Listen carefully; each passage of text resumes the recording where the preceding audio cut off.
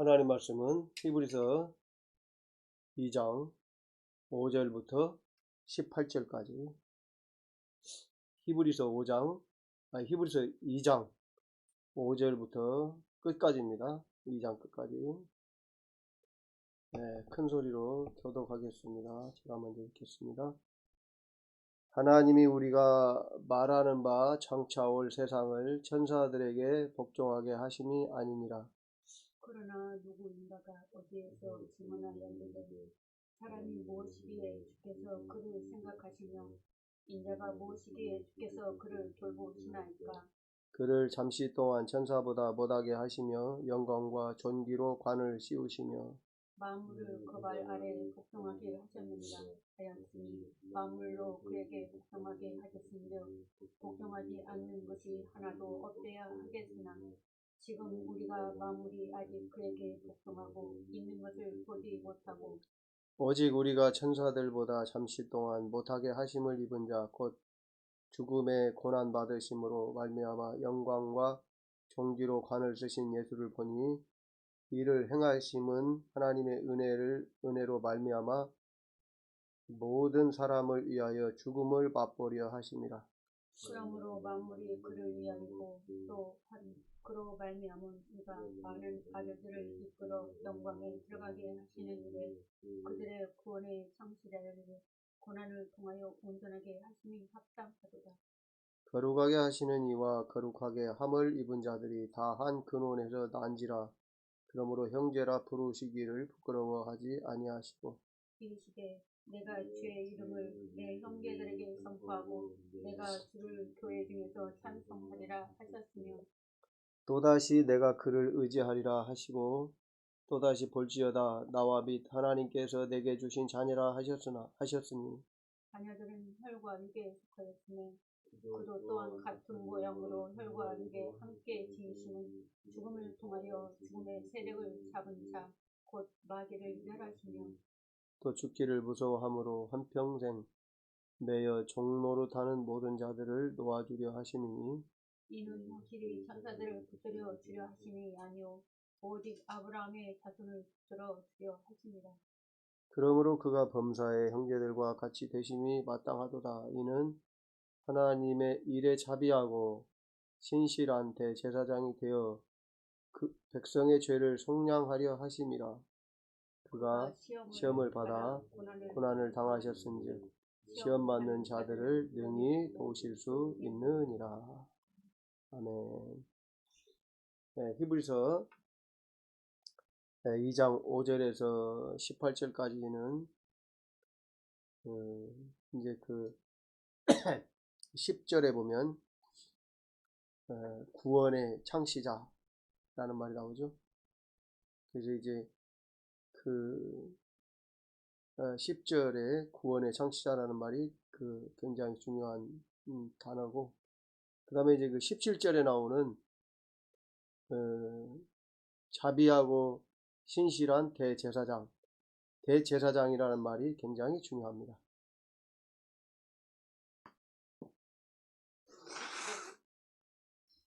예수님의 사역이 그 세 가지로 구분할 수 있습니다만은 그 예수님의 사역을 갖다가 선지자가 있고요, 왕이 있고 제사장이 있죠. 그러니까 구약 시대에도 보면 선지자가 있고 왕이 있고 제사장이 있어요. 이 구약 시대에 세 직분이 기름을 부어서 세우는 직분이죠.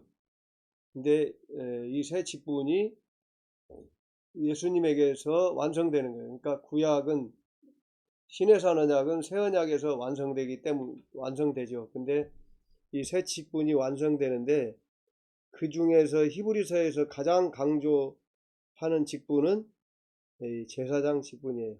제사장 직분. 물론 영성과 관련돼서, 그러니까 뭐 영성이라는 게 특별한 게 아니고 하나님의 말씀대로 순종하여 사는 데서 예수님의 그 세 가지 사역이 다 중요합니다. 네? 다 중요합니다. 그런데 특별히 히브리서에서는 그 제사장의 사역, 말하자면 죄 용서와 자아 처리가 나오죠. 이제 특별히 오늘 그 2장 14절에도 보면 자녀들은 혈과 육에 속하였음에 그도 또한 같은 모양으로 혈과 육을 함께 지니심은, 그렇게 말한단 말이에요. 혈과 육에 대해서 말을 해요. 근데 예수님은 요한복음 6장에 보면 내 피를 먹고 내 살을, 내 피를 마시고 내 피를 마시고 내 살을 먹는 자는 뭐 영원히 살리라, 뭐 그러죠. 그러니까 예수님이 뭐라고 얘기하냐면 내 피는 참된 음료요, 내 살은 참된 양식이로다, 이렇게 말하는데 2장 14절에서는 뭐 혈과 육, 또 그 밑에도 혈과 육을 함께 지니심은, 이렇게 나온단 말이에요. 제사장경 사역을 굉장히 중요합니다. 우리가 이제 그 예수님의 선지자 사역은 우리가 그 계시, 그 뭐라고 얘기합니까? 계시가 이제 특별 계시가 있고, 일반 계시가 있고 특별 계시가 있는데, 선지자 사역과 관련된 것은 이제 보통 뭐 특별 계시입니다. 주로 특별 계시는 이제 예수 그리스도께서 완성되는데, 왕이라는 건 뭐냐면 왕하고 관련된 것이 뭐죠? 하나님의 나라와 관련되는 것이요, 하나님의 통치, 다스림이라고도 할 수 있는데요. 통치. 제사장은 말하자면 성전에 들어가게 하는 거죠. 하나님 나라에 성전에 들어간다고 할까요? 하나님 앞에 서도록 만드는 것. 성전에 들어가도록. 이제 좀 그 구분해서 말하면 죄 용서, 예수 그리스도의 피, 보혈과 관계된 거고, 자아 처리, 예수 그리스도의 살, 보통 뭐 십자가라고도 말하는데 좀 어려운 개념이기는 합니다만은 이렇게 연결이 된다고 봐야 됩니다. 이제 오늘 말씀에 그 히브리서 2장 그 5절부터 18절까지, 사실은 이제 히브리서가 보통 그 1장 1절부터 2장 4절까지가 서론이라고 말하는데, 그리고 이제 히브리서 2장 5절부터 18절까지는 히브리서의 서론, 히브리서의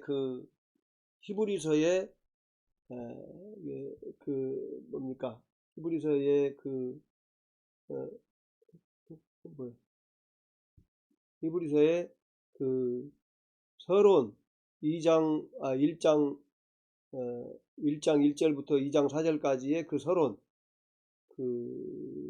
를 갖다가 뒷부분으로 연결해주는 뭐 다리 같은 역할을 하는 거예요. 히브리서의 서론이 1장 1절부터 2장 4절까지라면, 오늘 본문, 오늘 중간 교량이라고 할까요? 교량 역할을 한다.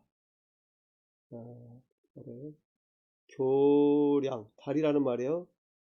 교량 역할을 하는 것이 2장 5절부터 2장 18절까지예요. 그리고 이제 그리고 히브리서 3장 1절부터 13장까지 이어집니다. 이게 칠판에다가 쓰는 게 달라가지고 3장에서 13장까지가 이어져요. 이제 이거를 교량 역할을 한다고 말하는 그 이유가 뭐냐면, 그 히브리서 2장 5절부터 18절에 나오는 그 얘기가 보통 보통 그 2장 17절 18절이 2장 17절 18절이 그 1장 2장의 어떤 결론 부분인데, 여기에 보면은 2장 17절 그 끝에 보면 2장 17절을 보면 그가 범사의 형제들과 같이 되심이 마땅하도다. 그렇죠? 왜 예수님이 형제들과 같이 됐는가? 그 혈과 육에 속한 그들과 함께 됐는가? 그거를 설명하는데 17절 중간에 보면 이는 하나님의 일에 자비하고 신실한 대제사장이 되어, 그렇죠. 근데 자비한 대제사장에 대한 얘기가 히브리서 4장 15절부터 5장 10절까지 나와요. 지금 제가 미리 써놨습니다만은 여기에 나와요.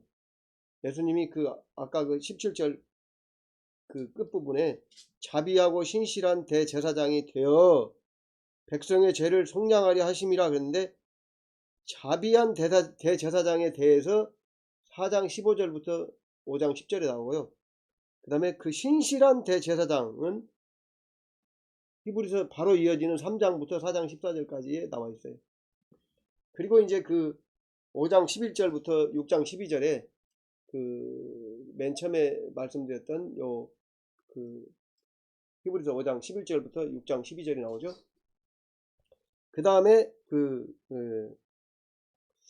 17절에 자비하고 신실한 대제사장에 대해서, 자비한 대제사장, 신실한 대제사장에 대해서 설명하고 5장 11절에서부터 6장 12절을 말한 다음에 그 대제사장에 대해서 7장부터 10장 24절까지 이어집니다.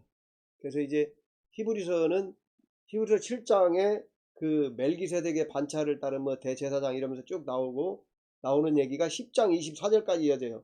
이것은 뭐냐면 예수 그리스도께서 이루신 사역이에요. 그러니까 이게 뭐냐면 이제 객관적인 구속 사역이죠. 예수께서 십자가에 죽으시고 부활하심으로 이루신 사역이 나오고요.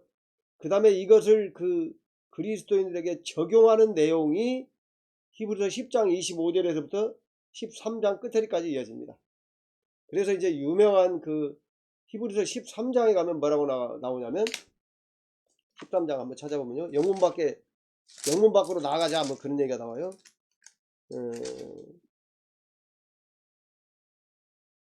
히브리서 13장 12절 13절을 보면 그러므로 나오죠. 예수도 자기 피로써 백성을 거룩하게 하려고 성문 밖에서 고난을 받으셨느니라. 13절 그런즉 우리도 그의 치욕을 짊어지고 영문 밖으로 그에게 나아가자. 예수님께로 나아가라고 권면을 하는 거예요. 이게 최종적인 이제 결론입니다. 결론. 최종적인 결론. 히브리서의 결론이 나오는데, 그 13장 12절에 그러므로 예수도 자기 피로써 백성을 거룩하게 하려고 성문 밖에서 고난을 받으셨느니라. 성문 밖에서 고난을 받으셨느니라. 십자가에 죽으셨다는 말이죠. 요 말이 되나야 오늘 본문 히브리서 2장 10절에 나오는 말씀이에요. 맞으면 그 히브리서 2장 10절 오늘 본문의 그 끝을 보면 그러므로 만물이 그를 위하고 또한 그로 말미암은 이가, 이게 누구냐면 성부 하나님이죠. 하나님이 많은 아들들을 이끌어 영광에 들어가게 하시는 일에, 그러니까 예수님의 사역이죠. 예수님이 십자가에 죽으시고 부활하심으로 많은 아들들, 우리를 말하는 거예요. 예수 믿는 우리를 말하는 거예요. 왜 여기서 많은 아들들인지에 대해서는 조금 이따 설명드리겠습니다. 왜? 지금 그 히브리서 2장 16절에 보면 이는 확실히 천사들을 붙들어 주려 하심이 아니요 오직 아브라함의 자손을 붙들어 주려 하심이라, 이렇게 말했는데, 이 아브라함의 자손하고 아들들하고 많은 아들들하고 똑같은 말이기 때문이에요. 설명드릴게요. 이것은 사실은 갈라디아서 4장 21절부터 갈라디아서 4장 21절에서부터 5장 1절에 설명을 드렸어요. 이미 아브라함의 자녀가 누군지는 설명을 드렸죠. 그 부분은 이제 다시 말씀을 드릴게요. 그리고 거기 보면 이제 10장 10절 2장 10절 조금 끝을 보면 많은 아들들을 이끌어 영광에 들어가게 하시는 일에, 예수님의 사역이죠. 그들의 구원의 창시자, 창시자라는 말이 원문에는 아르케고스라는 말인데, 창시자, 뭐 구원의 어떤 승리자, 뭐 인도자, 여러 가지 뜻이 있어요. 구원의 창시자라는 말이 굉장히 중요한 말인데, 고난을 통하여 온전하게 하심이 합당하도다. 고난을 통하여 온전하게 하셨다. 고난을 통하여가 뭘까요? 이 고난이 뭘까요? 예수님의 고난의 절정이 십자가에 죽으신 것이죠. 그래서 이게 그 히브리서 13장 예수께서 십자가를 지시고 13장 12절에 그러므로 예수도 자기 피로써 백성을 거룩하게 하려고 성문 밖에서 고난을 받으셨느니라와 같은 의미란 말이에요. 여기서 그 2장 10절 구원의 창시자를 예수님 말하는 거죠. 고난을 통하여 온전하게 하셨다. 고난을 통하여 온전하게 하셨다. 이 고난이 십자가에 죽으신 걸 말하는 거고요. 온전하게 하셨다는 것은 이제 부활하신 걸 말하는 거라고 봐야 됩니다. 그래서 예수께서 이 땅에 오셔서 많은 고난을 받으셨죠. 말하자면 뭐 여러 가지 핍박도 받으시고 그런데 결국은 이제 예수님의 고난 중에서 이제 그 정점은 십자가에 죽으신 것이죠. 고난을 통해서 온전하게 하심이 합당하다. 이제 여기서 좀 문제가 뭐냐면 예수님이 그 십자가에 죽으신 것이 고난을 통해서 완전하게 되어 있다 그러면 아니 예수님은 그러면 완전하지 않았단 말인가? 그 말이 아니고요. 우리가 예수님에 대해서 말씀드릴 때 예수님에 대해서 말할 때 예수님의 위격이 있고요. 이걸 갖다가 이제 뭐 정체성 어떤 분이냐 그런 거죠. 정체성 어떤 분이냐 이거하고요. 예수님의 사역이라고 구분을 해야 됩니다. 위격하고 정체성.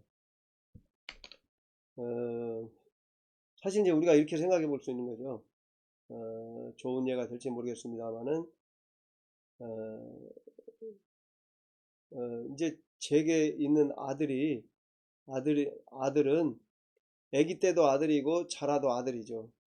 그런데 아기 때는 아기예요. 그냥 아기도 완전하지만 아기예요. 근데 자라면 사역을 감당할 수 있는 거죠. 근데 예수님도 그 인간들을 구원하시기 위해서는 십자가에 죽으시고 부활하는 과정이 있어요. 예수님도 더 정확히 말하면 성육신, 십자가의 죽으심, 부활, 승천, 재림 이렇게 다섯 가지를 갖다 이걸 갖다 이제 다섯 가지를 복음이라고 말한다고 그랬죠. 복음이라고 말하는데 이 다섯 가지 중에서 이제 네 가지가 이루어진 거잖아요. 재림이 남아 있는데 여기서 우리를 구원하시기 위해서 영광에 들어가시기 위해서 충분한 것이 십자가에 죽으시고 부활하신 거예요. 우리가 보통 복음 말하면 십자가와 부활 이렇게 말해요. 두 가지를 말해요. 다섯 가지가 이제 말하자면 예수님이 오늘 그 본문에 혈과 육에 속하셨음에 이 말이 성육신이라는 말이에요. 성육신이란 말이고요. 그 다음에 오늘 아까 히브리서 13장 12절에서 봤죠? 십자가에 죽으시고 부활하는.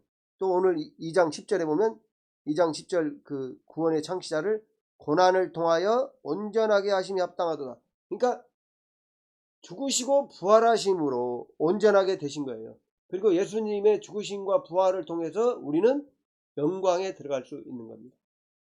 네, 그렇게 충분하죠? 충분히 들어갈 수 있어요. 그리고 또 한 가지 아까 아브라함의 많은 아들들 또 16절에 보면 아브라함의 자손을 붙들어 주려 함이라. 아브라함의 자손, 오직 아브라함의 자손을 붙들어 주려 함이라. 이 아브라함의 자손이 누군지 이해하는 것이 굉장히 중요합니다. 아브라함의 자손이 누구냐? 여러 가지 얘기를 하죠. 예수 그리스도 믿는 사람은 아브라함의 자손이다. 보통 로마서 4장 12절에도 보면 아브라함의 자녀에 대해서 얘기를 합니다. 여러 가지 야고보서에서도 얘기를 해요. 근데 제가 말씀드리는 것은 갈라디아서 4장 21절에서부터 5장 1절. 이건 이제 유튜브 시작하면서 설교 드렸잖아요. 왜 아브라함의 자손이 예수 믿는 사람인지 말씀드렸죠. 아주 중요하고요. 그때 말씀드렸으니까 아주 쉽죠. 자, 갈라디아서 4장 21절을 보시면 내게 말하라. 율법 아래에 있고자 하는 자들아, 율법을 듣지 못하였느냐. 기록된 바 아브라함에게 두 아들이 있으니 하나는 여종에게서 하나는 자유 있는 여자에게서 낳다 하였으며 여종에게서는 육체를 따라 낳고 자유 있는 여자에게서는 약속으로 말미암았느니라. 이것은 비유니 이 여자들은 두 언약이라. 하나는 신의 산으로부터 종을 낳은 자니라. 아브라함에게 두 아내가 있고요, 두 아들이 있어요. 그래서 하갈이 있고요, 하갈의 자녀가 하갈이 있고요. 근데 이 하갈이 오늘 갈라디아서 4장 20절에 하갈이 누구냐면 하나는 신의 산으로부터 종을 낳은 자니 곧 하갈이라. 그러니까 하갈이 신의 산 언약이라는 거예요. 신의 산 언약. 하갈이 신의 산 언약이라는 거예요. 그리고 신의 산으로부터 종을 낳은 자라는, 종을 낳은 자. 그러니까 요 신의 산의 언약에 속한 자들은 누굽니까? 하갈의 자녀 이스마엘이라는 거예요. 자, 사실은 육신적으로는 이스마엘은 보통 우리가 이제 이슬람교의 조상이라고 얘기합니다만은 바울 사도가 갈라디아서 4장 21절부터 5장 1절에서 말하는 것은 구약 백성들, 신의 산 언약에 속한 백성들은 하갈의 자손이라는 거예요. 왜? 신의 산 언약이 하갈이니까요. 신의 산 언약이 뭡니까? 신의 산 언약을 통해서 이스라엘, 유다, 야곱의 자손들, 야곱이 이스마엘로 이름이 바뀌었잖아요. 그러니까 이스마엘의 자손이나 이스라엘 자손이나 야곱의 자손이나 똑같은 거예요. 그러니까 구약의 백성들이 자기들은 야곱의 자손이라고 말하지만 갈라디아서 4장 21절에서 5장 1절에서는 바울 사도가 뭐라고 얘기하냐면 신의 산 언약에 속한 사람들은 이스마엘이라는 거예요. 이스마엘은 종이라는 거예요. 종. 그죠? 그리고 사라는 여기는 새 언약이라고는 말을 안 했지만 요 뒤에 나옵니다. 그러니까 구약에는 하나님 앞에서 종로를 했다는 거죠. 그리고 26절부터는 쭉 나오죠. 근데 이제 28절에 보면, 4장 28절에 보면 형제들아 너희는 이삭과 같이 약속의 자녀라 그러죠. 사라는 뭘 말하냐면 새 언약을 말하는 거예요. 새 언약을 말하는 거. 그 아들은 누구예요? 이삭이죠. 이삭인데 이삭이 누구예요? 이삭이 너희는 이삭과 같이 약속의 자녀라. 너희는 이삭과 같이. 자, 우리가 아브라함의 자손인데요. 어떤 자손이에요? 이스마엘처럼 종이 아니고 이삭이란 말이에요. 이삭. 자유자란 말이에요. 자유자. 그래서 우리가 히브리서에서도, 물론 갈라디아서와 히브리서는 차이가 있습니다. 갈라디아서는 바울 사도가 쓰신 책이고 히브리서는 바울이 썼다고는 인정하지 않습니다. 그러나 초대교회에 다 이게 통용되던 얘기예요. 왜 그렇게 생각할 수 있냐면 지금 오늘 본문 히브리서 2장 5절부터 10절까지 쭉 이어지는 얘기가 빌립보서에 나온 얘기하고 같잖아요. 그죠? 뭐냐면 뭡니까? 우리가 보는 히브리서 2장 7절에도 보면 예수님을 말하는 거죠. 예수님을 잠시 동안 천사보다 못하게 하시며 영광과 존귀로 관을 씌우시며, 천사보다 잠깐 못하게 하시는 것은 육신을 입고 이 땅에 오셨다는 거예요. 그리고 영광과 존귀로 관을 씌우셨다는 것은 부활하신 걸 말하는 거예요. 그리고 만물을 그 발 아래에 복종하게 하셨느니라. 빌립보서 2장하고 거의 비슷하죠. 빌립보서는 누가 쓴 책입니까? 바울이 쓴 책이죠. 그래서 바울 사도의 말이나 글이나 히브리서나 똑같아요. 똑같아요. 빌립보서의 그 뭡니까? 그 예수께서 모든 걸 비우고 자기를 낮췄더니 하나님께서 모든 이름 위에 뛰어난 이름을 주시고 만물을 그 발 아래 복종하게 하셨다고 말하잖아요. 맞아요. 이제 그 빌립보서의 그 얘기를 우리가 예수 그리스도의 비하와 승기라고 말해요. 비하는 낮아지심이죠. 낮아지심이고 승기, 높아지심이죠. 그러니까 예수께서 자기를 낮추셨더니 하나님이 그를 높이셨다는 거예요. 히브리서 2장 지금 오늘 본문 2장 5절에서부터 18절에서도 똑같은 얘기를 하고 있고요. 히브리서 전체에서도 똑같은 얘기를 하고 있어요. 근데 우리가 오늘 히브리서 2장 5절부터 8절, 18절까지를 깨닫는 데 있어서 이 아브라함의 자손이 이거 뭐야? 죄송합니다. 아브라함의 자손이 누구인지를 깨닫는 것이 굉장히 중요하죠. 굉장히 중요한데 이 아브라함의 자손이 어떻다는 거예요? 아브라함의 자손이 어떻다는 거예요? 아브라함의 자손이 예수 믿는 사람이라는 거예요. 아브라함 자손이요. 명백한 이해를 해야 됩니다. 어렴풋이 그냥 그렇다더라, 뭐 카더라 통신이라고 뭔 말하고 하더라, 이 카더라 통신 가지고는요 우리가 목숨을 걸 수가 없어요. 우리가 보통 많은 분들이 아브라함의 예수 믿는 사람이 아브라함의 자손이다 라고 말할 때 로마서 4장을 얘기합니다. 로마서 4장에 아브라함에 대해서 자세히 말하면서 로마서 4장 12절을 보면 또한 할례자의 조상이 되었나니, 누가요? 아브라함이. 곧 할례 받을 자에게뿐 아니라 우리 조상 아브라함이 무할례 시에 가졌던 믿음의 자치를 따르는 자들에게도 그러하니라. 무할례 시에 가졌던 믿음의 자치. 그러니까 할례를 받았어요. 그래가지고 할례를 받는 이스라엘 백성들. 사실 할례는 시내산 언약에서 나온 게 아니고 창세기에서 나온 거죠. 창세기. 시내산 언약은 출애굽기 19장에서부터 24장에 기록되어 있고요. 할례의 얘기는 창세기에 기록되어 있잖아요. 창세기. 그런데 요 아브라함이 로마서 4장 12절에 아브라함이 무할례 시에 가졌던 믿음의 자치를 따르는 자들에게도 그러하니라. 그러니까 우리는 할례를 안 받고 아브라함이 하나님을 믿은 것처럼 우리가 하나님을 믿으니까 우리가 하나님 자녀다, 그렇게 얘기를 하는 거예요. 로마서 4장 12절을 근거로. 근데 이거는 좀 말하자면 이제 확실하지가 않아요.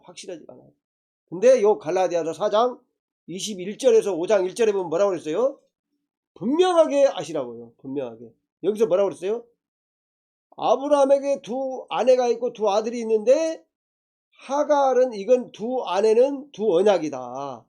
그래서 하갈은 시내산 언약이고 시내산 언약을 통해서 나온 이스마엘은 종노릇을 한다. 이게 구약에 속한, 시내산 언약에 속한 모든 사람들은 하나님 앞에 종노릇할 뿐이에요. 그래서 바울 사도도 로마서, 갈라디아서 이런 데서 계속 뭐라고 얘기하냐면 우리는 다시는 무서워하는 종의 영을 받지 아니하고, 이 종의 영이 뭡니까? 종의 영. 이때의 영은 뭐냐면요, 말씀이에요. 말씀. 종되는 말씀이에요. 종의 영을 받는 건 누구냐면 시내산 언약 백성이고요. 다시는 무서워하는 종의 영을 받지 아니하고 양자의 영, 아들의 영을 받았으니, 그렇게 말합니다. 양자의 영, 아들의 영. 우리가 양자로 아들이 됐으니까요. 이게 잘 쓸지를 몰라가지고 이상한 것이 나왔었네. 아들의 영, 뭐야? 양자의 영, 아들의 영을 받았다고 얘기를 하는 거예요. 그러니까 이 양자의 영, 아들의 영을 받았다는 말이요, 요 갈라디아서 4장 21절에서 5장 1절을 보면 확실한 게 이해를 하는 거라고요. 그러니까 갈라디아서 4장 21절에서부터 5장 1절에 우리는 사라의 자손, 우리는 이삭과 같이 이렇게 말해요. 이삭과 같이. 우리는 이삭과 같이. 이삭과 같이 뭐예요? 이삭과 같이 아브라함의 정통 자식이라는 말이죠. 정통 자식이란 말이죠. 그리고 이 정통 이삭이 중요한 게 뭐냐면 이삭을 하나님께 드리게 되는 거죠. 이삭을 하나님께 드리는 거죠. 그러니까 하나님께 드려가지고 아브라함이 아브라함은 하나님께 이삭을 드렸어요. 드렸는데 그 이삭을 아브라함은 하나님께 다시 받은 거죠. 그러니까 이삭이 누구 아들이 됐어요? 하나님 아들이 된 거죠. 정통적으로 하나님 아들이 된 거예요. 왜? 이삭을 아브라함이 하나님께 드렸는데 하나님이 그 아브라함 이삭을 하나님께 제사로 드렸어요. 갖다가. 그런데 그 이삭을 하나님이 돌려준 거예요. 아브라함한테. 그래서 물론 아브라함이 이삭이 자기 아들이 아니고 하나님 것인지를 알았기 때문에 제사로 드릴 수 있었죠. 그리고 하나님이 그 이삭을 다시 돌려줬어요. 여기에 큰 비밀이 있다는 걸 아셔야 됩니다. 우리도 우리 자신이 내 것이 아니고 하나님 것인지를 알아야 우리가 태어날 때도 창조된 피조물이기 때문에 하나님 거지만 예수님의 목숨을 주고 십자가에 대속하심으로 예수님의 물론 뭐 하나님이신 예수님이 돌아가신 건 아니고 혈과 육에 속해서 혈과 육이 피를 흘리고 십자가에 죽으신 거예요. 이 생명이 사람이 되신 생명이 죽으신 거죠. 예수님은 하나님이 죽으실 수 없는 거잖아요. 그러니까 우리 자신이 하나님 것인 줄을 알고 하나님께 드리면 어떻게 되는 거예요? 우리는 우리 자신을 돌려받는데 그때 뭐가 되는 거예요? 진정으로 하나님 아들이 되는 거예요. 하나님 아들의 삶을 살 수 있는 거예요. 그러니까 우리가 우리 자신을 하나님께 제사로 드렸을 때에 하나님께 그 예수 그리스도의 피와 살, 예수의 피를 우리가 마시고 살을 먹음으로 우리가 사실은 그 예수님의 그 제사에 동참하는 거거든요. 우리 자신을 하나님께 드리게 되는 거거든요. 드려지면 우리가 우리 자신을 다시 받게 되고 그러면 우리가 하나님의 아들이 되는 거고 진정으로 우리가 이제 예수 믿고 거듭날 때 하나님의 자녀가 되지만 삶 속에서 영적인 수준에 있어서는 정말 우리가 우리 자신이 어떤 존재인지를 정말 깨닫고 알아서 그것을 하나님께 드리면 하나님께 우리는 되돌려 받는 거예요. 되돌려 받는다. 되돌려 받는 게 아니고 되돌려 받는다 뭐 하여튼 뭐 좀 어쨌든 간에 하나님은 우리에게 다시 돌려줘요. 그래서 우리가 누구의 삶을 살 수 있도록 하나님의 삶을 산다고 그럴까요? 그러니까 바울이 갈라디아서 2장 20절에 그렇게 말하잖아요. 내가 사는 것은 내가 사는 것이 아니요. 그죠? 내 안에 계신 그리스도로 산다. 내가 육체 가운데 사는 것은 나를 사랑하사 나를 위하여 십자가에 죽으신 그분으로 산다는 그분 대신에 그분으로 산다는 거예요. 그분을 위해서. 그러니까 자신의 삶이 아니죠. 바울이. 그러니까 우리가 아브라함이 이삭을 하나님께 드리고 이삭을 돌려받아서 그 이삭이 하나님의 아들이 된 것처럼 그런 삶을 살게 된다는 거예요. 그런 비밀이 있어요. 어쨌든 간에 뭐 그건 이제 그렇고요. 그건 이제 나중에 뭐 기회가 되면 말씀드리고 히브리서 2장 5절부터 18절까지로 다시 돌아가겠습니다. 자, 처음부터 이렇게 말씀을 드리지 않고 중구난방으로 말씀드려서 히브리서 2장 5절부터 18절까지 잘 이해가 되셨는지 모르겠지만 자, 저는 이제 이걸 권합니다. 기회가 있으시면 제가 드리는 말씀도 들어보시고 또 히브리서 2장 5절부터 18절까지면 성경도 읽어보시고 또 뭐 다른 분의 설교도 들어보시고 뭐 책도 구해서 읽어보셔도 다 좋은데 어쨌든 간에 본인의 글을 써보는 것이 중요합니다. 본인이 글을 써보는 것이 중요합니다. 왜? 우리가 예레미야서 31장 31절에서부터 34절에 내 법을 너희 속에 두고 우리 각 사람의 속에 둔다고 말했기 때문에 각자가 하나님의 말씀을 깨닫는 것이 중요한 거예요. 그리고 예수 그리스도께서 대제사장이 되셨다고 그랬는데 예수 그리스도께서 대제사장이 되심으로 이거는 객관적인 구속을 말하는 거고요. 베드로 사도는 우리 모두가 제사장이라고 말해요. 그래서 루터가 만인 제사장설을 말했죠. 루터 선배님이시죠. 루터 목사님께서 루터 만인 제사장설, 만인 제사장이라고 만인 제사장. 그러니까 이 말은 이건 그 만인 제사장이라는 말은 보통 이제 이런 의미죠. 천주교는 사제가 있죠. 사제가 있어서 그 사제라는 말은요, 목사라는 말은 하고는 다른 거예요. 목사는 그냥 그 가르침을 주는 사람인데, 사제는 그래서 이제 그 천주교는 그 예배라고 말하기보단 미사라고 말하잖아요. 그 제사죠, 제사. 그래서 이제 제가 알기는 천주교는 그 예수께서 십자가에 죽으신 것을 재현하는 거예요. 재용서를 재현하는 거죠. 그러니까 미사 때마다 이게 그 천주교의 신부님들은 사제라고 말한단 말이에요.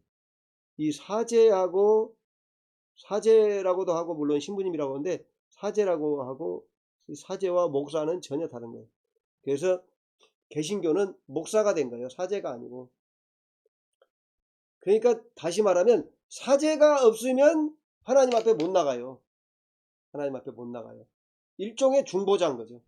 근데 우리는 예수께서만 중보자가 된다는 거죠. 그러니까 천주교의 사제의 거시기는 사제가 있던 것은 그 구약의 제사장을 통해서 하나님 만나는 것과 비슷한 어떤 제도라고 본다면 그 목사는 제사장이 아니고요. 사제가 아니고요. 그냥 가르치는 자예요. 만인이. 여기서 만인이라면 모든 사람이 하나님 앞에 나아갈 수 있도록 가르침을 주는 거예요.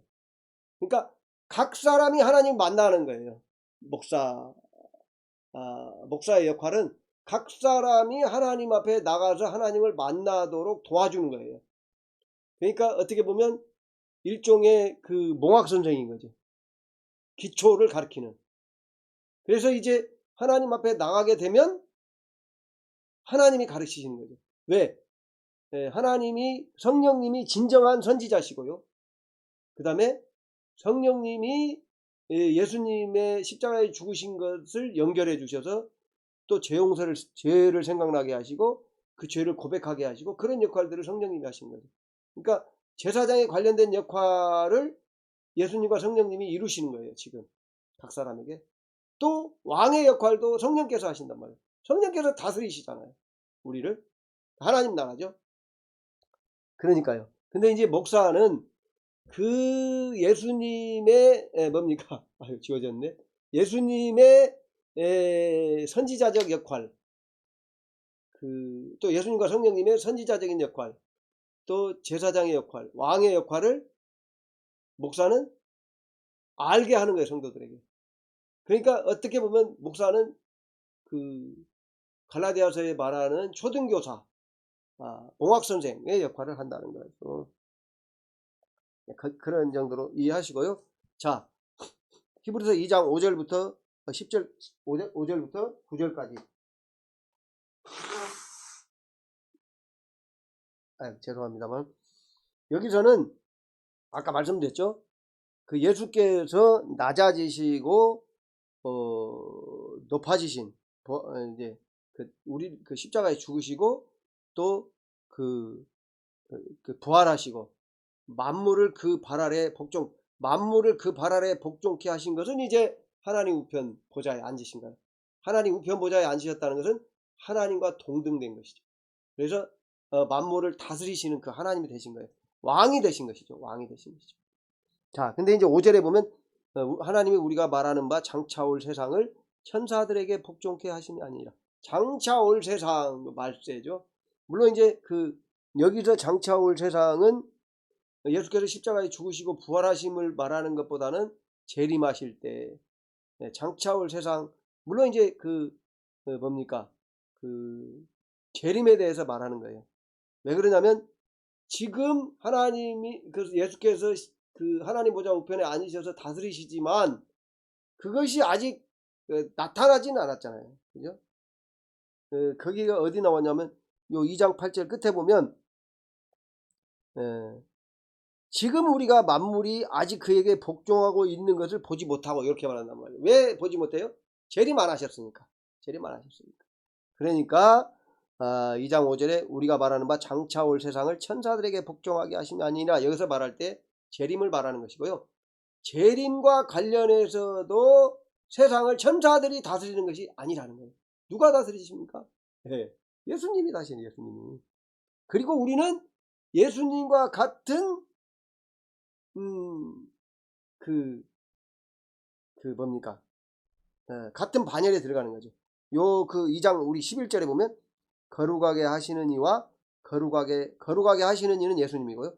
거룩하게 함을 입은 자들, 하나님의 자녀들, 우리들 말한 예수 믿는 자들, 아까 말한 아브라함의 자손 중에서 이삭에 속한, 그죠? 입은 자들이 다 한 근원에서 난지라. 한 근원이 누구요? 하나님 아버지. 그러므로 형제라 부르시기를 부끄러워하지 아니하시고. 우리가 형제라는 게 형제, 그죠? 바울도 예수님이 우리를 우리에게 하나님을 아버지라 부르게, 아빠 그렇게 부르게 했다는 거잖아요. 그러니까 예수님도 당신이 하나님의 아들이라고 말했잖아요.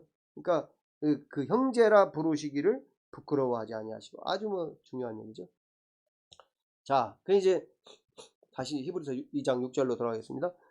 그러나 누구인가가 어디에서 증언하여 이르시되 사람이 무엇이기에 주께서 그를 생각하시며 인자가 무엇이기에 주께서 그를 돌보시나이까. 자, 요것은 이제 시편을 인용한 것입니다. 시편 8편에 기록된 것을 인용한 것인데요. 그를 이제 7절 봅니다. 그를 잠시 동안 천사보다 못하게 하시며 영광과 존귀로 관을 씌우시며 만물을 그 발 아래에 복종하게 하시느니라. 이건 1차적으로 인자가 무엇이기에, 예수님에 대한 얘기예요. 예수님에 대한 얘기.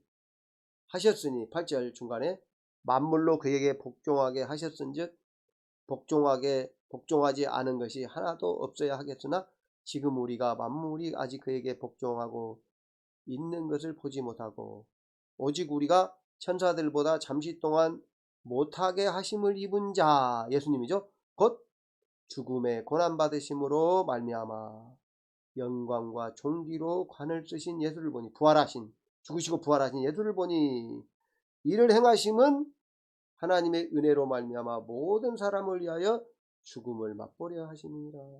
하나님의 은혜로 말미암아, 하나님의 은혜가 베풀어지는 거예요. 하나님의 은혜가 모든 사람을 위하여, 은혜를 위해서 하나님의 은혜를 위해서, 우리가 하나님의 은혜로 구원받게 하시기 위해서 모든 사람을 위하여 죽음을 맛보려 하심이라. 복음에 대해서 얘기하는 거죠.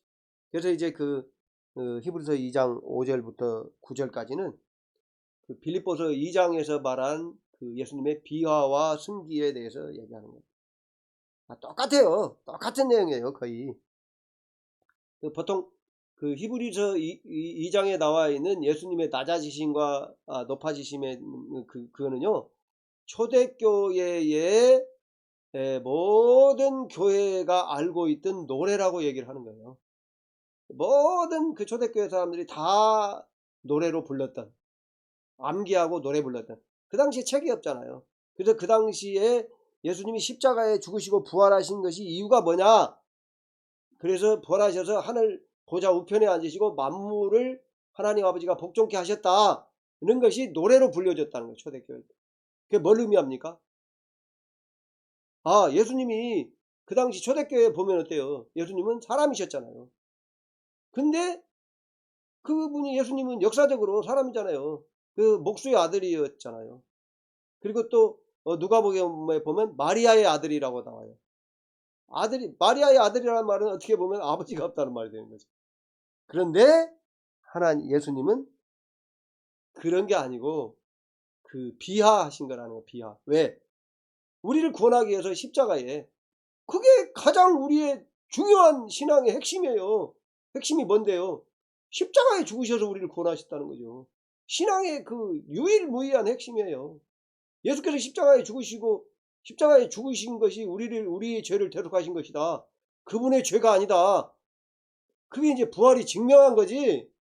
십자가에 죽으셔서 우리를 구원하셨다. 이것이 우리 신앙의 단 하나의 기초예요. 단 하나의 기초만 찾으라. 그럼 예수께서 십자가에 죽으셔서 우리를 구원하셨습니다. 예수님의 십자가에 죽으신. 근데 이제 그 부활을 통해서 우리를 거듭나게 하시고 이제 쭉 이어집니다. 성육신과 부활, 승천, 재림, 승천하셔서 우리를 지금도 다스리시는 예수님의 왕의 사역, 다 이어집니다.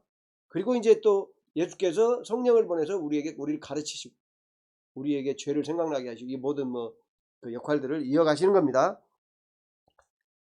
그런 부분들을 이해를 하셔야 돼요. 자, 그리고 이제 2장 10절부터 18절까지가 구원의 창시자에 대한 얘기를 하는 겁니다. 예수께서 구원을 창시하셨다. 구원은요, 이 창시자라는 말이 아까도 말씀드렸지만 아르케고스라고 말씀드렸죠. 아르케라고 그러면 그 근원을 말하는 거예요. 근원. 아르케라는 말은 본질, 근원. 잘 생각이 안 나는데 하여튼 아르케가 본질, 시작, 이런 걸 말하는 거거든요. 그러니까 이 구원이라는 것은 어디에도 없던 건데 창조하신 거예요. 창조하신 거. 그러니까 그 구약 시대에도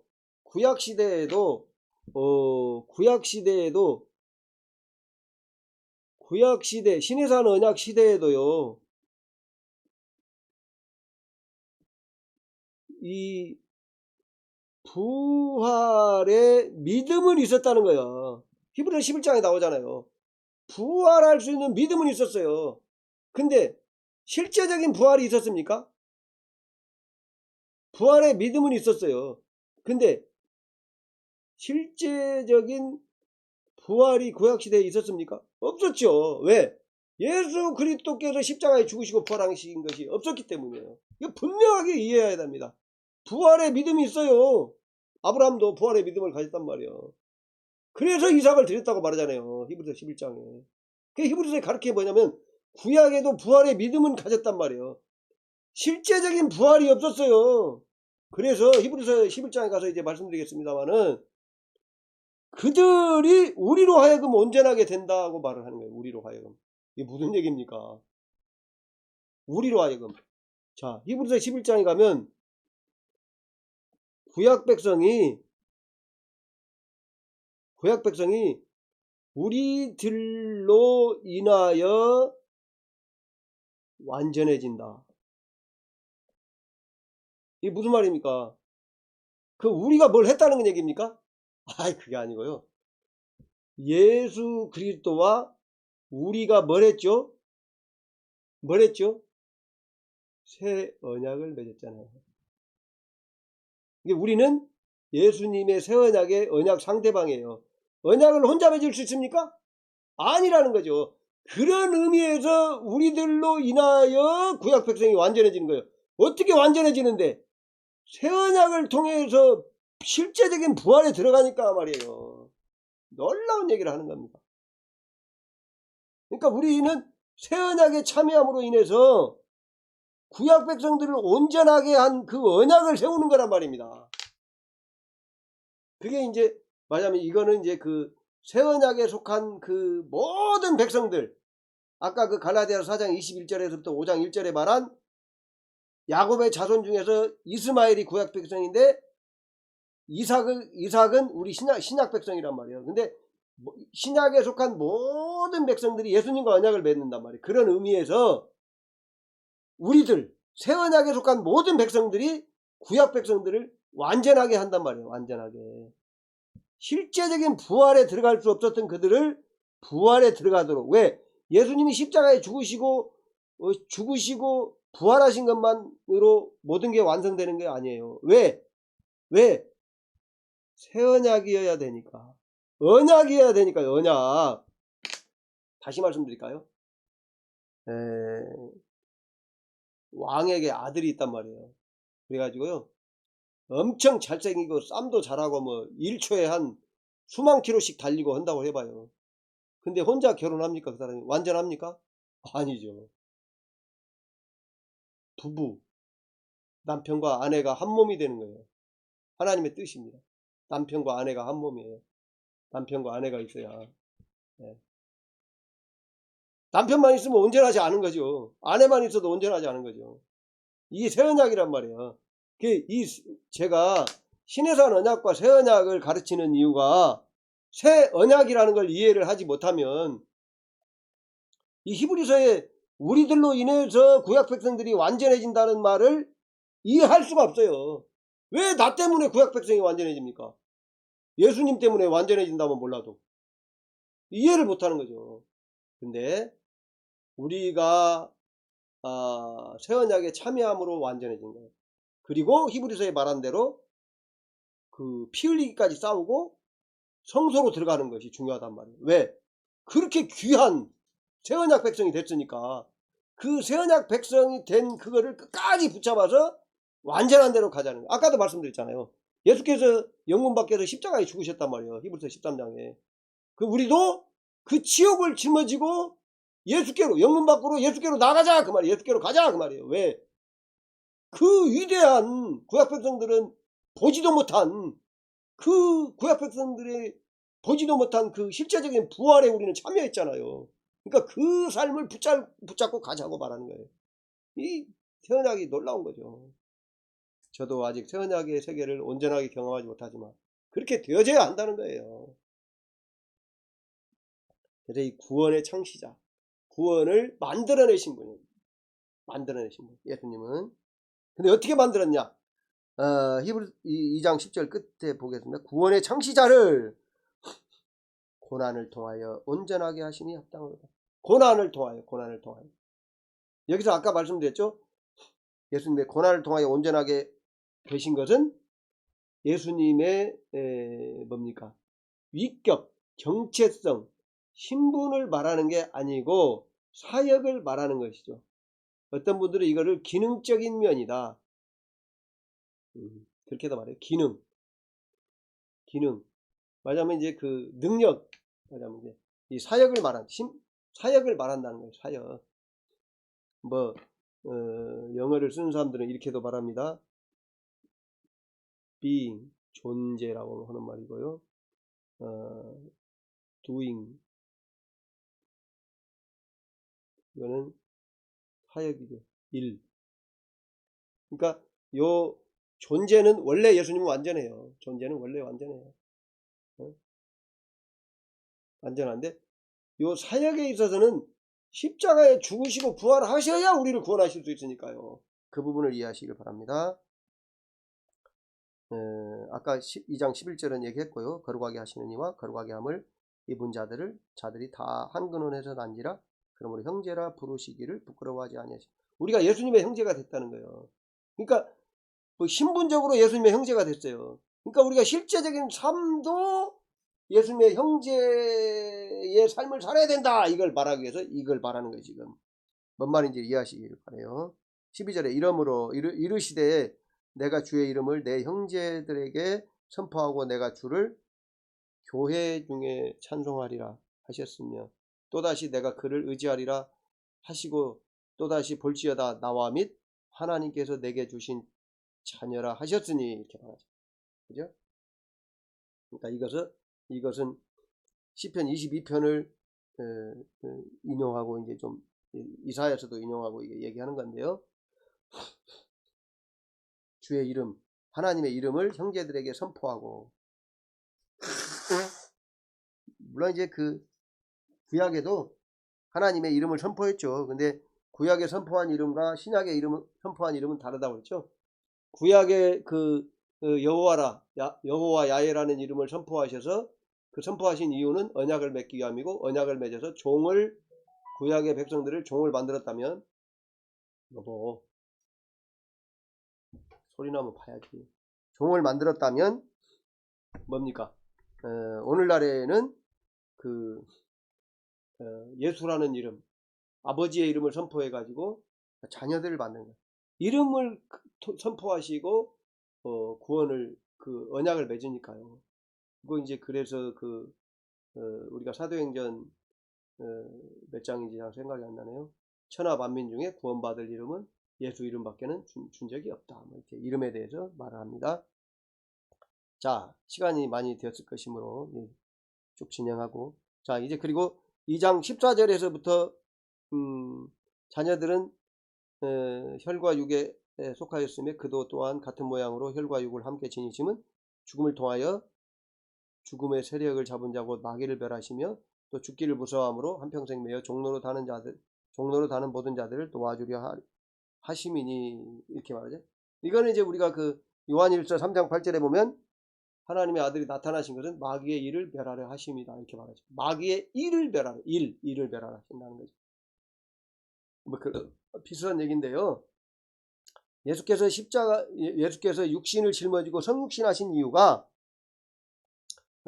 성육신 하셨고, 그 성육신 하신 것이 또한 같은 모양으로 우리 인간과 똑같다는 거예요. 100% 똑같으시고요. 함께 지니심은 죽음을 통하여, 십자가의 죽음을 말하는 거죠. 죽음의 세력을 잡은 자 곧 마귀를 벌하시며. 자, 이 또 참 귀한 얘기인데요. 죽음을 통해서 죽음을 멸해요.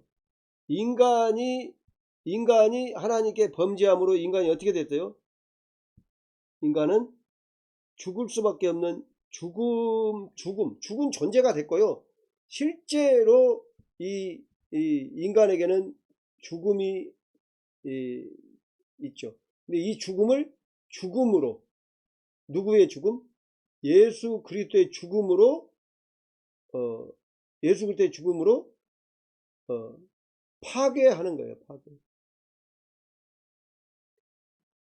인간의 죽음을 예수 그리스도의 죽음으로 이걸 파괴를 시켜서 없이 만드는 거예요.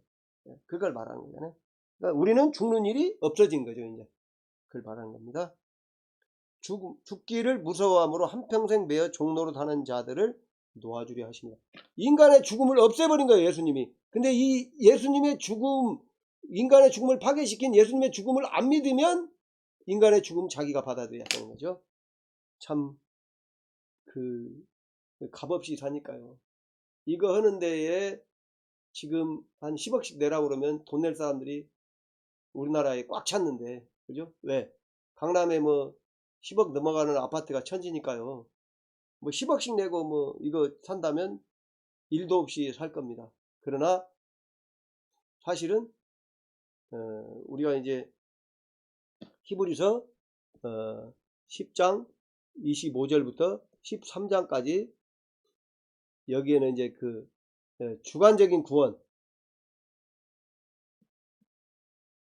이게 영성이에요. 영성의 길에 대해서 이제 히브리서 10장 25절부터 13장까지 영성의 길에 대해서 자세히 나와요.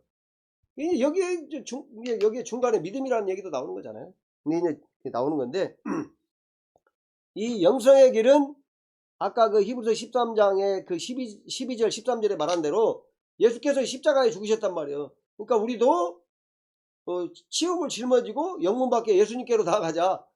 예수께서 그랬잖아요. 나를 따라오려고자 하는 자는 어떻게 하라고요? 자기를 부인하고 자기 십자가를 지고 나를 따르라. 그 얘기를 똑같이 하는 거잖아요. 그런 게 필요한 거죠. 뭐 10억을 주고 사는 건 아니란 말이에요. 예? 우리의 어떤 사람들이 어려운 일이 있으면, 고통이 있고 뭐 어려운 애군이 있다고 그러죠. 그러면 돈을 주고 부적을 사다 붙이잖아요. 그것처럼 이해하면 안 되는 거죠. 예수 믿는 걸. 맞아, 뭐 교회에 헌금을 많이 한다거나 뭐 일을 많이 한다거나 이게 아니에요. 단지 인간의 죽음을 예수께서 죽으심으로 파괴했는데 그걸 받아들이고, 우리 이제 죽은 자가 아니고 산 자고, 아까 이삭을 드리는 얘기 할 때 말씀드렸잖아요. 하나님께 드려진 자잖아요. 예수님이 우리를 사서 하나님께 드렸다고 말했잖아요. 그래서 우리는 하나님의 자녀가 된 거예요. 우리가 예수를 믿어서 이제 내 것이 아니고 내가 하나님 거라는 사실을 믿고 나 자신이 하나님께 드려진 바 되었고 하늘에 앉힌 바 되었고, 에베소서에 나와 있죠. 하나님 앞에 앉혀졌고, 근데 지금 내가 사는 것은 내가 사는 것이 아니고 하나님께 다시 앉아있는 그것을 내게 주셨기 때문에, 내가 지금 바로 천국으로 안 불러가 버리고 내게 주셨기 때문에 하나님이 나를 이 땅에 살게 하심으로 산다는 것을 내가 알고 나 자신을 하나님의 그 원하시는 삶을 사는, 그렇게 맞춰 가야 된다는 겁니다. 그러한 하나님의 뜻대로 살고자 하는 마음이 없고 하나님의 뜻을 깨닫고 그 뜻을 실천하지 않으면 사실은 영성은 필요가 없는 겁니다. 영성은 안 됩니다. 죄송합니다. 그 부분에 대해서도 이제 언제 한번 또 바로 한번 제가 깨달은 말을 말씀드리겠습니다만, 다들 뭐 아시겠지만은 저도 이제 말씀을 한번 드리겠습니다만은, 정말로 우리가 육신 중심의 세계에서도 하나님 뜻대로 사는 어떤 그 세계가 이미 형성되지 않으면 그게 안 되는 거예요. 영성이라는 것은 육신 중심으로 형성된 하나님의 뜻대로 살고자 하는 그 나가, 나는 내 중심으로 안 되는구만, 성령, 예수 그리스도와 성령으로만 되지, 그러면서 자신을 하나님께 드림으로 영중심으로 갔을 때, 영중심이라는 말은 하나님 중심이에요. 그걸 지금 설명할 시간은 없고, 그랬을 때에 사라지는 삶, 그 영성이지, 인간 자신이 하나님 뜻대로 살고자 하는 마음 자체를 육신 중심에서 드리고 힘쓰고 애쓰는 것이 없으면 영성이라는 건 되어질 수가 없는 거예요. 있을 수가 없죠. 자, 16절 보겠습니다. 이는 확실히 천사들을 붙들어 주려 하심이 아니요 오직 아브라함의 자손을 붙들어 주려 하심이라. 예. 여기서 천사들을 붙들어 주려 하심이 아니니라. 아까 5절에도 우리가 말하는 바 장차 올 세상을 천사들에게 복종하게 하심이 아니라. 천사들을 자꾸 말하는 거예요. 근데 이 천사들이 뭘 얘기한다고 그랬죠? 1장에서 예, 시내산 언약을 말한다 그랬죠. 잘 이해를 하셔야 돼요. 요 천사들에게 복종하게 하심이 아니니라. 또 16절에 천사들을 붙들어 주려 하심이 아니니라. 이걸 가지고 학자들이 뭐라고 얘기하냐면요, 당시에 천사 숭배 사상이 있었다. 그래서 천사를 숭배하지 말고 예수를 믿어야 된다라고 말하기 위해서 이런 말을 한다고 얘기하는데, 그게 아니에요. 이 글이라는 거, 이 서신은 위에서부터 쭉 읽어봐야 되는 거죠. 그래서 1장 히브리서 1장 4절부터 1장 14절까지, 그러니까 히브리서 1장 4절부터 끝까지 해서 천사와 아들을 비교하면서, 사실 이제 2장 4절까지죠. 그러면서 2장 2절에 천사들을 통하여 하신 말씀이 견고하게 되어 모든 범죄함과 순종하지 아니하며 보응이 되었거든. 우리가 이같이 큰 구원을 등한히 여기면 어찌 그 보응을 피하리요? 이 구원은 처음에 주 예수님이죠. 말씀하신 바요. 들은 자들이 우리에게 확증한 바니 사도들이죠. 하나님도 표적들과 기사들과 여러 가지 능력과 및 자기의 뜻을 따라 성령이 나누어 주신 것으로서 그들과 함께 증언하는. 만약 이게 뭔 말이에요? 신약을 따라가는 거는데, 천사들이 전한 말씀, 율법이 아니라 예수님을 따라가라는 말이잖아요. 그러니까 여기서도 2장 5절에 천사들에게 복종하게 하심이 아니니라, 2장 16절에 천사들을 붙들어 주려 하심이 아니니라. 요게 뭐예요? 말하자면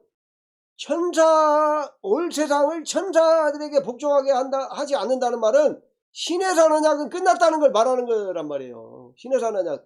그 천사가 다스리잖아요. 구약에는 지난번에 말씀드렸잖아요. 사도행전 7장이나 이런 데 보면 천사가 율법을 줬다고 말하잖아요. 그래서 그 천사가 와서 다스리잖아요. 구약시대에. 그게 끝났다는 걸 자꾸 말하는 거니까 신의 언약이 끝났다는 걸 말한 거란 말입니다. 그걸 이해하셔야 된단 말이에요. 그리고 또 그 16절에도 천사들을 붙들어 주려 하심이 아니라, 말하자면 천사가 높은 자리에 앉아 다스리는 게 아니라는 거예요. 누가 다스린다고 그랬어요? 2장 8절에 만물을 그 발 아래 복종하게 하셨느니라 그랬잖아요. 만물을 누구에게? 아들에게. 어떤 아들? 그 히브리서 1장 1절부터 4절까지 1장 4절부터 끝까지 말한 그 아들 예수님에게 복종케 하셨단 말이에요. 아들에게 복종케 하셨다는 말이 뭔 말이에요? 새 언약을 말하는 게 새 언약. 그러면서 이제 요 히브리서 3장부터 쭉 얘기하는 게 뭐예요? 뭐 쭉 예수님이 신실한 대제사장이고 자비하신 대제사장이고, 그러니까 예수님을 통해서 하나님 앞에 갈 수 있고, 그리고 히브리서 7장부터 쭉 새 언약에 예수님이 새로운 언약의 중보자가 되셨고 구약을 폐지했다. 그러면서 뭘 계속 얘기하는 거예요? 시내산 언약은 끝났고, 시내산 언약의 통치, 여호와 하나님의 통치는 끝났고 예수님의 통치가 시작된다. 그 말은 뭔 말이냐면 시내산 언약으로 말미암은 통치는 끝났고 새 언약으로 인한 통치, 하나님 나라가 시작된다는 걸 말하는 거예요. 그게 이미 시작됐다. 그 속에서 살아라. 그걸 강조한다는 말입니다. 문맥을 가지고 이해를 하란 말이에요. 전책을 가지고 이해를 하셔야지. 제가 왜 이렇게 길게 자꾸 설명을 하냐면요. 새 언약은 예레미야서 31장 31절부터 34절에서 말한 대로, 또 히브리서에는 특히 예레미야 31장 31절부터 34절을 히브리서 8장 8절부터 12절에서 그대로 인용하고 있어요. 근데요, 뭡니까? 히브리서 8장 10절에도 보면 또 주께서, 히브리서 8장 10절을 보면 또 주께서 이르시되 그날 후에 내가 이스라엘 집과 맺을 언약은 이것이니 내 법을 그들의 생각에 두고 그들의 마음에 이것을 기록하리라. 나는 그들의 하나님이 되고 그들은 내게 백성이 되리라. 또 각각 자기 나라 사람과 각각 자기 형제를 가르쳐 이르기를 주를 알라 하지 아니할 것은 그들이 작은 자로부터 큰 자까지 다 나를 알미니라. 이렇게 말한단 말이에요. 그러니까 각자가 알게 되는 거예요. 그러니까 여러분 자신이 깨달아야 돼요. 저도 저 자신이 깨달아야 돼요. 목사의 역할은 아까도 말씀드렸지만 몽학선생이라니까요. 초등교사라니까요. 나중에는 각자가 선생이 되는 거예요. 히브리서 5장에 뭐라고 그래요? 5장 11절에 5장 12절에 뭐라고 합니까? 때가 오래되었으므로 너희가 마땅히 선생이 되었을 터인데, 선생이 되라는 말이요. 이 선생이 목사예요. 목사가 되라는 말이요. 다른 사람 가르칠 수 있어야 된단 말이요. 그죠? 이게 말한단 말이에요. 그리고 히브리서 5장 14절에도 단단한 음식은 장성한 자의 것이니 이렇게 말한단 말이에요. 그리고 히브리서 6장 1절부터 3절까지에도 그러므로 우리가 그리스도의 도의 초보를 버리고 죽은 행실을 회개함과 하나님께 대한 신앙과 세대들과 안수와 죽은 자의 부활과 영원한 심판에 관한 교훈의 털을 다시 닦지 말고 완전한 대로 나아갈지니라. 하나님께서 허락하시면 우리가 이것을 하리라. 하나님께 달렸다고 말하는 거예요. 하나님께. 그러니까 우리는 예수님을 통해서 하나님께 드려졌고 하나님의 자녀가 됐단 말이에요. 이 길을 갈 수 있단 말이에요. 우리는 여호와 하나님에 속한, 시내산 언약에 속한 종이 아니고요. 하나님의 자녀라고요. 하나님의 자녀. 그래서 자꾸 아들들을 영광에 들어가게 하실 이 예수님이 우리 아들들을 영광에 들어가게 하신다. 너희가 하나님의 자녀들이다. 계속 강조하는 거예요. 왜? 종이 아니고 자녀라는 거예요. 종이 아니고 자녀라는 거예요. 그거를 아셔야 됩니다. 그래서 오직 아브라함의 자손을 붙들어 주려 하심이니라. 2장 16절에 오직 아브라함의 자손. 아브라함의 자손이 있고 아브라함의 종이 있다는 거예요. 신의 사람에게 속한 사람, 천사들에게 속한 자고 종이라는 거죠. 히브리서 1장 1절부터 14절까지 하는 얘기가 그거란 말입니다. 히브리서 1장 1절부터도 옛적의 선지자들을 통하여 여러 부분과 여러 모양으로 우리 조상들에게 하신 말씀이, 선지자들을 통하여 하신 말씀을 통해서는 종이 된단 말이에요. 예수님을 통해서 하신 말씀은 아들의 영, 자녀가 된단 말입니다. 정확히 종이 뭐고 자녀가 뭔지 이해를 하셔야 된단 말이에요. 종은 어떤 처지인지. 네? 종은요, 부활의 믿음을 가질 수 있어요. 몇 사람 안 돼요. 근데 우리는 부활에 참여했단 말이에요. 부활에 참여했고 그걸 누린단 말이에요. 이건 뭐 예수님으로 말미암은 거지만 하늘과 땅 차이라는 새 언약에 속한. 그래서 히브리서는 옛 언약, 새 언약, 옛 언약에 대해서 말하고 새 언약에 대해서 말해요. 이 성경에 새 언약이라는 말이 몇 번 안 나옵니다. 근데 히브리서 8장 끝에 보면 새 언약이라 하셨음에 옛 것을 폐했다고 말해요. 새 언약에 대해서 히브리서는 정확하게 말해요. 옛 언약, 새 언약을 말합니다. 히브리서 2장 17절 18절은 아까 말씀드렸죠. 그러므로 그가 범사에 형제들과 같이 되심이 마땅하도다. 앞에 나왔죠. 혈과 육에 함께 지니시고 이는 하나님의 일에 자비하고 신실한 대제사장이 되어, 아까 말씀드렸잖아요. 자비한 대제사장, 신실한 대제사장. 자비한 대제사장, 근데 이제 순서는 신실한 대제사장부터 나온다고 그랬죠. 신실한 대제사장에 대해서는 3장 1절부터 4장 14절까지 나오고요. 자비하신 대제사장에서는 4장 15절부터 5장 10절까지. 그러니까 그리스도인의 성숙을 강조하는 5장 11절에서 6장 12절의 앞부분에 예수께서 신실하신 대제사장이시고 자비하신 대제사장이라고 설명을 해요. 그러니까 5장 11절부터 6장 12절의 이 그리스도인의 성숙이 예수 그리스도께서 대제사장이 되셔서 그리스도인들을 하나님 앞에 나가게 하는 거예요. 그러니까 그리스도인의 성숙이라는 것이 히브리서에서는 하나님 앞에 가까이 가는 걸 말하는 거예요. 그래서 히브리서에 쭉 가면 뭐라고 얘기합니까? 우리가 그 성소에 들어갈 담력을 얻었나니 그렇게 말한단 말이에요. 성소가 뭐예요 여기서? 지성소를 말하는 거예요. 지성소. 지성소에 들어갈 담력을 얻었다는 거예요. 왜? 예수님이 대제사장이 되셔가지고요. 히브리서에는 대제사장에 대해서 아주 강력하게 얘기를 하는 거죠. 그 부분은. 그리고 이제 그 아까 말씀드린 대로 그 히브리서 5장 11절에서 6장 12절에 하나님께 가까이 나가라. 예수님이 대제사장이니까. 그리고 요 7장부터 13장까지는 7장부터 10장 24절까지는 예수 그리스도의 대제사장. 말하자면 그 객관적 구속사역에 대해서 말하고요. 그리스도인들의 성장 10장 25절에서 13장까지는 주관적 구속. 주관적 구속이라는 말은요. 요 주관적이라는 말은요. 개인적이라는 말이에요. 개인적으로. 네, 개인적으로. 근데 이제 물론 주관적이라는 게 개인도 있고 교회라는 단체 무리도 있기 때문에 물론 개인이라고 주관적인 것을 개인만 포함되는 건 아닙니다. 그러니까 개인적이라는 의미로 또 이해를 하시고요. 또 여기에 교회적인 거죠. 교회적인 것도 포함되는 거죠. 개인적이고 교회적인 것. 이게 주관적이라는 건 우리들에게 적용된다는 말이에요. 그러니까 객관적인 구속, 예수님이 완성하신 구원에 대해서 다시 그 쭉 설명을 한 다음에 제사제도 뭐 쭉 설명을 한 다음에 10장 25절부터 13장까지는 우리가 거기에 어떻게 들어가는가 뭐 거기에 대해서 설명을 한단 말입니다. 물론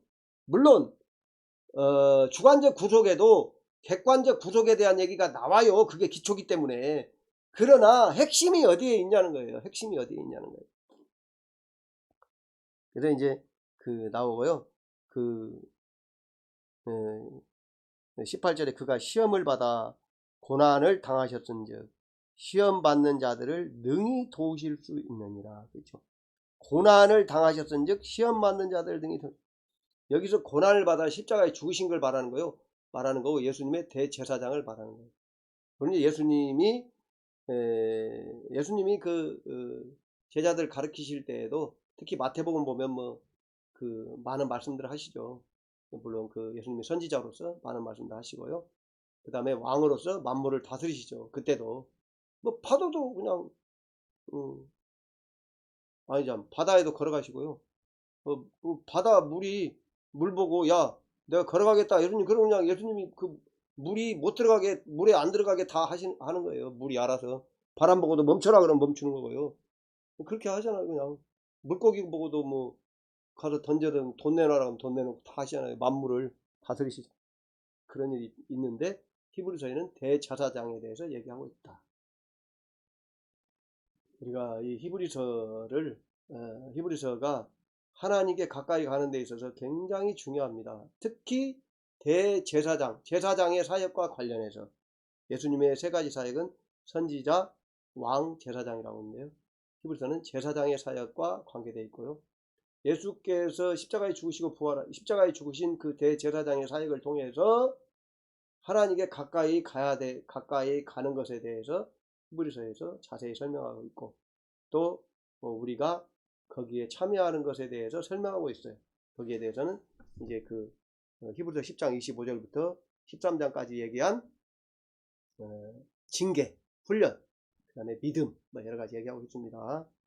우리가 그 히브리서를 통해서 주께서 우리에게 주시고자 하는 그러한 구원에 능히 참여할 수 있으시기를 주님의 이름으로 축원합니다. 기도드리겠습니다. 하나님 아버지 은혜와 사랑을 감사드립니다. 우리의 연약하고 부족한 것을 불쌍히 여기시고 우리가 오직 예수께서 완성하신 그 구원 예수께서 창조하신, 예수께서 만들어내신 그 구원에 우리가 능히 참여할 수 있도록 은혜 베풀어 주시옵소서. 그리하여 우리 주 예수 그리스도께서 형제라 부르시기를 부끄러워하지 않는다고 말씀하신 그 말씀이 정말 우리에게 영적인 수준에서도 이루어지게 하여 주시옵소서. 예수님의 형제로서 부족함이 없는 삶을 살 수 있도록 성령님 우리를 도와주시고 인도하시고 능력을 허락하여 주시옵소서. 우리가 정말 예수께서 십자가에 죽으신 그 은혜를 진정으로 깨달아 알게 하시고 그 삶이 우리의 삶이 되도록 우리가 사람이 아니라 우리 자신을 하나님께 온전히 드림으로 정말 하나님의 아들로서의 삶을 살 수 있도록 은혜를 베풀어 주시옵소서. 예수님의 이름으로 간절히 기도하옵나이다. 아멘.